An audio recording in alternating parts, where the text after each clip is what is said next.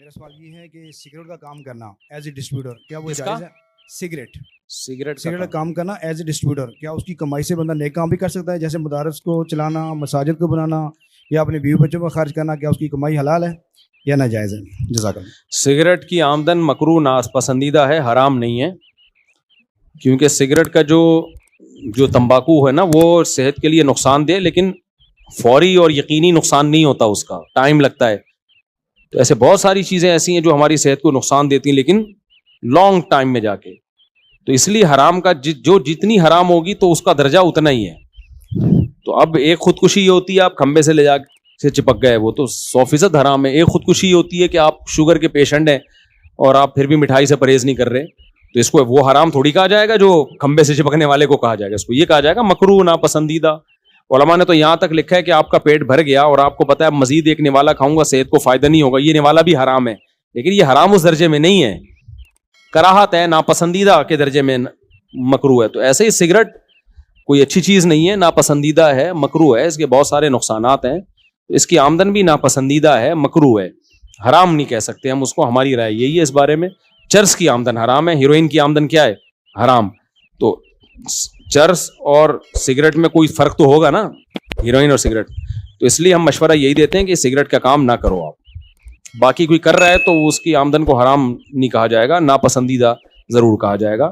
حدیث میں اور بہت سارے کام ایسے ہیں جن کو شریعت نے ناپسندیدہ کہا ہے، لیکن پھر بھی نبی نے اس کو حرام نہیں سمجھا، جیسے حجامہ، یہ جو خون نہیں نکالتے، اس کی اجرت کو نبی نے پسند نہیں کیا، لیکن آپ نے اس کی اجرت دی ہے۔ پسند کیوں نہیں کیا؟ یہ کام ہر وقت جو حجامہ کرنے والا، آپ دیکھو لوگوں کی کمیزیں اتار کے بیٹھا ہوا ہوگا، کپ لگا کے خون نکال رہے، گندگی میں ملوث ہونا پڑتا ہے۔ ایک ایسا پیشہ ہے جو ایک سلیم الطبع آدمی کو اچھا نہیں لگتا۔ کہیں آپ رشتہ لینے کے لیے جاؤ، آپ کیا کرتے ہو، لڑکی والے پوچھے میں حجامہ کرتا ہوں، ایک دم ان کے دماغ میں آئے گا کمیزیں اتار کے لوگوں کے کیا لگاتا ہے۔ ایک تو ڈاکٹر کبھی کبھار یہ کام کر رہا ہوں نا، کرتا ہی یہی ہے، کپ لگا کے خون نکالتا ہے، پھر بلیڈیں لگاتا ہے، پھر دوسرے کی کمیز اتارے گا، خون نکالے گا۔ اور آسان، بغلیں صاف کرنا جائز ہے یا نہیں ہے لوگوں کی؟ بولو نا، لوگوں کی بغلیں صاف کرنا جائز ہے یا نہیں ہے؟ جائز ہے نا بھائی، اس میں ناجائز والی صدر میں تھوڑی داخل ہے۔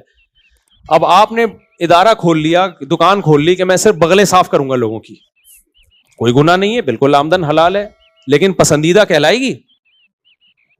کہیں رشتہ لینے کے لیے گئے، آپ کا بیٹا کیا کرتا ہے، ڈاکٹر ہے، انجینئر ہے، سائنٹسٹ ہے، ٹماٹر بیچتا ہے، ٹھیک ہے، اچھی بات، بغلیں صاف کرتا ہے لوگوں کی، ایک دم ذہن میں کیا آئے گا؟ بھائی یار ہر وقت گھسا رہتا ہوگا اندر لوگوں کی نا، گند میں گھسا رہتا ہوگا۔ تو ایسے ہی جو ہر وقت حجامہ ہی کو پیشہ بناتے ہیں، تو نبی نے اس عمل کو پسند نہیں کیا، اس کی اجرت کو سخت قرار دیا ہے، لیکن پھر بھی جس نے نبی کا حجامہ کیا آپ نے ان کو اجرت دی ہے۔ تو کچھ چیزیں حرام نہیں ہوتی لیکن وہ قابل تعریف نہیں ہوتی۔ اور آسان مثال دیکھو، لوگوں کے گٹر صاف کرنے والی کمائی جائز ہے یا نہیں ہے؟ اب آپ بن جاؤ میں لوگوں کے گٹر صاف کروں گا جی، کماؤں گا، ٹھیک ہے بھائی، جائز ہے، لیکن کوئی آپ سے مشورہ لے گا تو لوگ کیا کہیں گے، یار کوئی اور کام کیوں اپنے آپ کو لوگوں کے سامنے اتنا رسوا کر رہا ہے کہ ان کی گندگی تو اٹھا رہا ہے؟ اللہ نے انسان کو اشرف المخلوقات بنایا، عزت دار بنایا، تو کام بھی کون سے کرو؟ عزت والے۔ میں جب یہاں آیا نا تو کسی نے مجھے کہا ہمارے یہاں مردہ نہلا دو، میں نے کہا میں مردے نہلانے کا کام نہیں کرتا، میں مردے نہلانے کا کام، میں نے صرف اپنے والد کو غسل دوں گا، اپنے قریبی کوئی ریلیٹو ہوگا اس کو غسل دوں گا، یا اپنا دوست ہوگا نا جگری، اس کے باپ کو میں دوستی یاری میں غسل دے دوں گا، میں اس کو پروفیشن نہیں بناؤں گا۔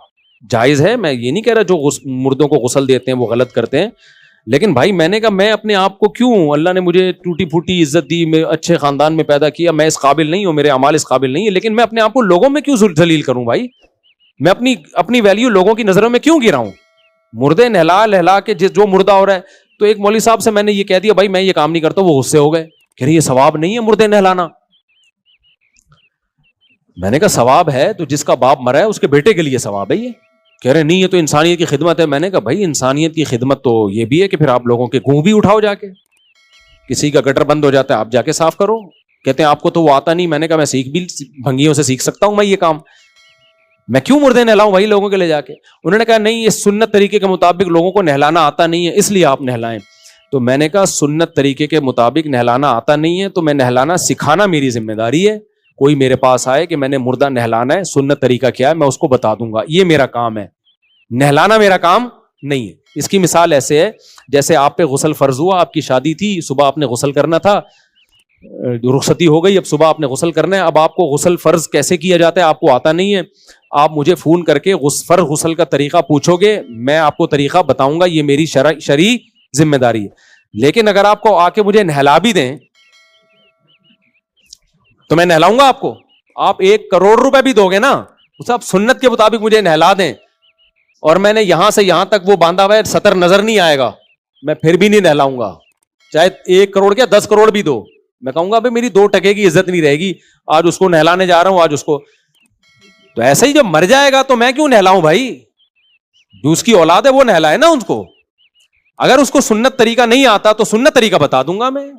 تو یہ مردے نہلانا, اب علماء بعض یہ کام کر رہے ہوتے ہیں بھائی, یہ علم والوں پہ سوٹ نہیں کرتے. آپ اپنی دیکھو, اسلام میں سب سے پہلے جان کی حفاظت, اس کے بعد سب سے پہلے عزت کی حفاظت ہے, مال اس کے بعد ہے, اس کے بعد مال کی حفاظت ہے.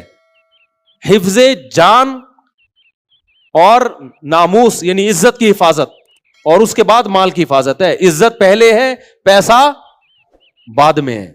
تو اس لیے وہ چیزوں کو پیشہ مت بناؤ جن میں انسان کی عزت ختم ہوتی ہے, تو وہ نہیں بنانے چاہیے, اس کو نہیں کرنا چاہیے وہ کام انسان کو. ہاں کچھ چیزیں ایسی ہیں جن میں عزت جاتی نہیں ہے, لیکن بے وقوف لوگ سمجھتے ہیں کہ عزت نہیں ہو رہی, وہ تو پھر بے وقوفوں کے تو معیار ہی الگ ہوتے ہیں نا. اب جو ٹھیلا لگا رہے ہیں, ٹماٹر بیچ رہے ہیں, یہ کوئی توہین کا کام نہیں ہے, بزنس کر رہا ہے اپنا, ٹھیلا اپنا, اس میں اگر اس کو کوئی حقارت سے دیکھتا ہے تو دیکھنے والا برا ہے, لیکن گندگیاں صاف کرنا لوگوں کی, تو یہ کام مجبوری میں کسی بیچارے کا کوئی رسک نہیں ہے, وہ تو ایک مجبور ہے. بھیک مانگنے سے اچھا ہے, میں بھنگیوں کو بری نیت سے نہیں دیکھتا, بھیک مانگنے سے اچھا ہے کہ گٹر صاف کر کے کما لیتے ہیں. بھیک مانگنے سے کروڑا گنا بہتر ہے. اب ہر ایک کے حالات مختلف ہوتے ہیں, لیکن اگر آپ کے پاس کوئی دوسرا جائز ذریعہ ہے کمانے کا تو بھائی مردے کو آپ مت نہلاؤ, اس کو آمدن اور پیشہ مت بناؤ. میں طلبہ کو بھی منع کرتا ہوں. اچھا, بات سے بات نکلتی ہے.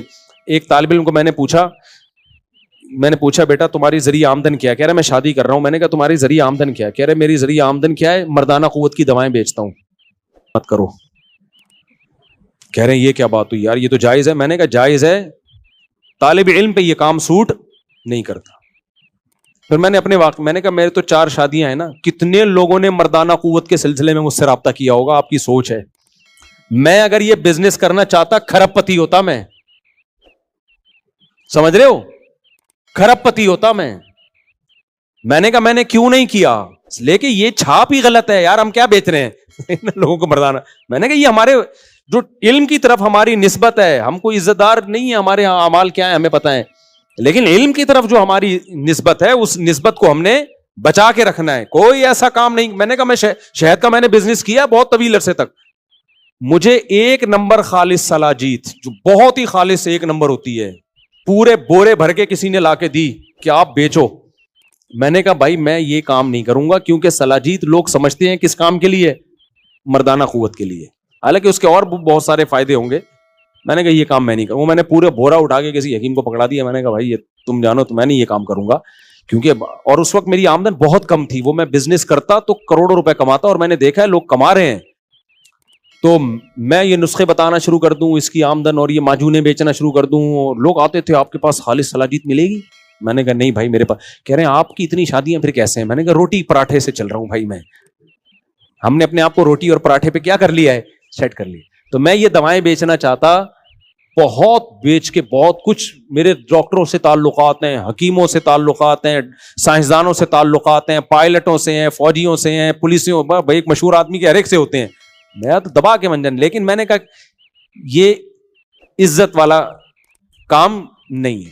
تبھی جو 2 نمبر حکیم ہوتے ہیں نا, جن کو آتا واتا کچھ نہیں ہے, ان کے بورڈوں پہ بڑا بڑا لکھا ہوتا ہے مردانہ طاقت 1 رات میں. جو سمجھدار حکیم ہوتے ہیں ان کے بورڈ پہ آپ کو کوئی ایسی چیز نظر نہیں آئے گی. ان کو پتا ہے یار اپنی عزت کا جنازہ نکال رہے ہو, تمیز سے جو حکمت کا کام ہے وہ کرو. لیکن جو 2 نمبر حکیم ہوتے ہیں, قبلہ بڑے حکیم صاحب, اور پھر 1 رات میں مردانہ قوت بحال, اور پھر ڈرامے بازی. تو خیر میں نے اس طالب علم سے کہا, میں نے کہا یہ کام مت کرو. کہہ رہے بھائی لوگ آتے ہیں, میں ان کو فلاں حکیم سے میرا تعلق ہے, دوائیں بیچتا ہوں, اتنا پیسہ. میں نے کہا اللہ کے بندے, عزت اور پیسے میں 2 چیزیں ہیں, تو ترجیح کس کو دینی ہے؟ میں نے کہا یہ کسی اور کو کرنے دو, طالب علم پہ یہ چیز سوٹ, کل عالم بنو گے, کیا لوگ کہیں گے یہ وہ مولانا ہے جنہوں نے اتنا بڑا بنگلہ بنا لیا مردانہ قوت کی دوائیں بیچ کے, یہ کیا عزت رہے گی یار. میں نے کہا سب سے پہلے تو میری نظر میں آپ کی 2 ٹکے کی عزت نہیں ہوگی. تو اس لیے کام ہمیشہ کون سا کرنا چاہیے میرے بھائی؟ عزت والا کام جو شریفوں پہ سوٹ کرتا ہے. سمجھتے ہو؟ ٹماٹر بیچو، آلو بیچو، یہ شریفوں کے کام ہیں. یہ نسخے بیچ رہا ہے، یہ بڈھوں کو جوان کرنے کے، یہ ٹھیک نہیں ہے.